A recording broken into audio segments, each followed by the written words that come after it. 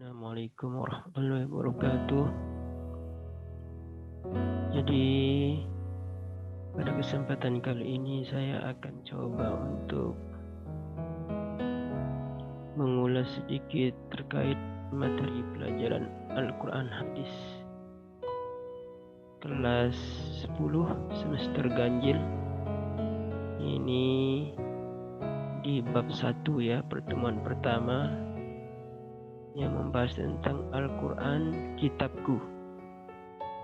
Ini judulnya atau babnya gitu ya. Kemudian selanjutnya kita bahas yang kedua, yaitu tujuan pembelajaran.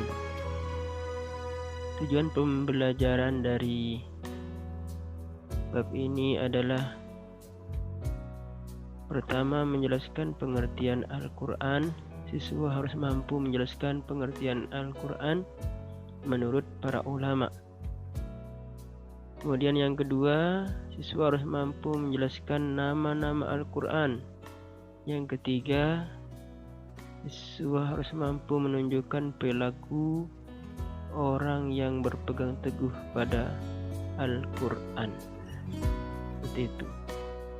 Kemudian selanjutnya kita lihat di sini ada peta konsep. Yang pertama di sini peta konsep ini membahas tentang apa yang kita bahas di buku ini. Yang tadi mengulas tentang tujuan pembelajaran tadi itu. Yang pertama tadi adalah memahami pengertian Al-Quran. Selanjutnya siswa harus mampu menjelaskan atau mempresentasikan nama-nama lain Al-Quran. 3. Siswa harus mampu menunjukkan perilaku orang yang berpegang teguh kepada Al-Quran. Kemudian selanjutnya kita masuk pada materi sekarang, yaitu pengertian Al-Quran.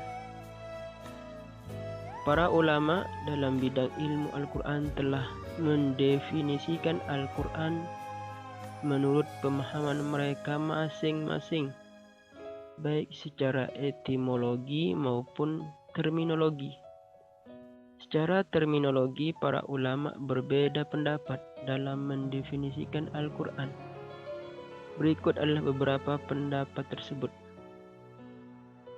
Selanjutnya, yang pertama, menurut Syekh Muhammad Khudaribik ya.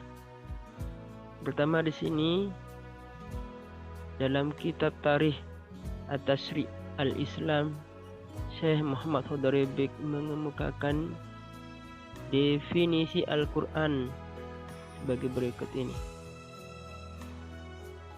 Beliau mengatakan Al-Quran ialah lafaz atau firman Allah SWT yang berbahasa Arab yang diturunkan kepada Nabi Muhammad SAW untuk dipahami isinya dan selalu diingat, yang disampaikan dengan cara mutawatir, yang ditulis dalam mushaf, yang dimulai dengan surah Al-Fatihah dan diakhiri dengan surah An-Nas. Ini menurut yang pertama, yaitu Syekh Muhammad Khudaribik. Kemudian selanjutnya yaitu yang kedua, yaitu yang B di sini, yaitu menurut Subki Saleh. Ini menurut para ulama ya. Ulama yang kedua yaitu menurut Subki Saleh. Subki Saleh mengemukakan definisi Al-Quran sebagai berikut. Beliau mengatakan Al-Quran adalah kitabnya Allah tentunya, yang mengandung mukjizat yang diturunkan kepada Nabi Muhammad SAW, yang ditulis dalam mushaf yang disampaikan secara mutawatir dan bernilai ibadah membacanya. Nah, ini menurut ulama yang kedua, yaitu menurut Subki Saleh. Selanjutnya yang ketiga adalah menurut Syekh Muhammad Abduh Dengan Syekh Muhammad Abduh di sini mendefinisikan Al-Quran dengan pengertian sebagai berikut. Beliau mengatakan Al-Quran adalah kitab yang firman Allah, atau Al-Quran itu adalah bacaan yang tertulis dalam mushaf-mushaf yang terpelihara di dalam dada orang yang menjaganya dengan menghafalnya, yakni orang-orang Islam. Ini menurut pendapat Syekh Muhammad Abduh. Selanjutnya, sekarang kita ambil sebuah kesimpulan luas. Dari ketiga pendapat di atas dapat disimpulkan beberapa unsur dalam pengertian Al-Quran sebagai berikut. Mulai dari pendapat Syekh Hudari Bik tadi, kemudian Subki Saleh sampai Syekh Muhammad Abduh, dapat ditarik sebuah kesimpulan yang terkumpul dalam unsur-unsur pengertian Al-Quran, yakni sebagai berikut. Yang pertama adalah Al-Quran adalah firman atau kalamullah, firman-Nya Allah itu ya. Kemudian yang B, Al-Quran terdiri dari lafal berbahasa Arab. Tentu Al-Quran itu harus berbahasa Arab. Yang ketiga, Al-Quran diturunkan kepada Nabi Muhammad SAW.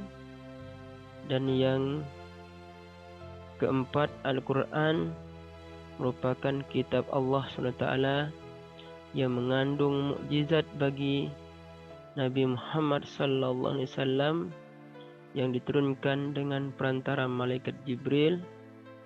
Kemudian yang kelima, Al-Quran disampaikan dengan cara mutawatir atau berkesinambungan.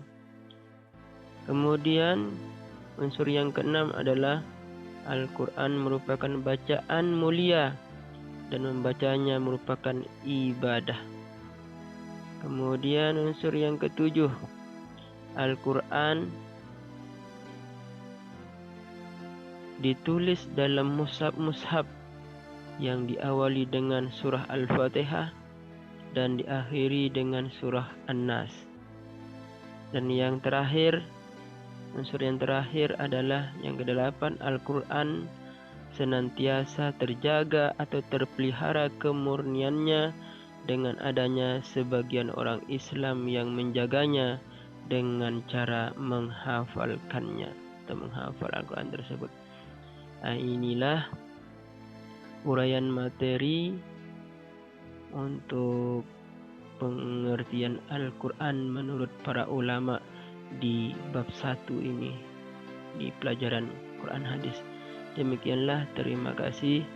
Semoga ada manfaatnya. Sekian, assalamualaikum warahmatullahi wabarakatuh.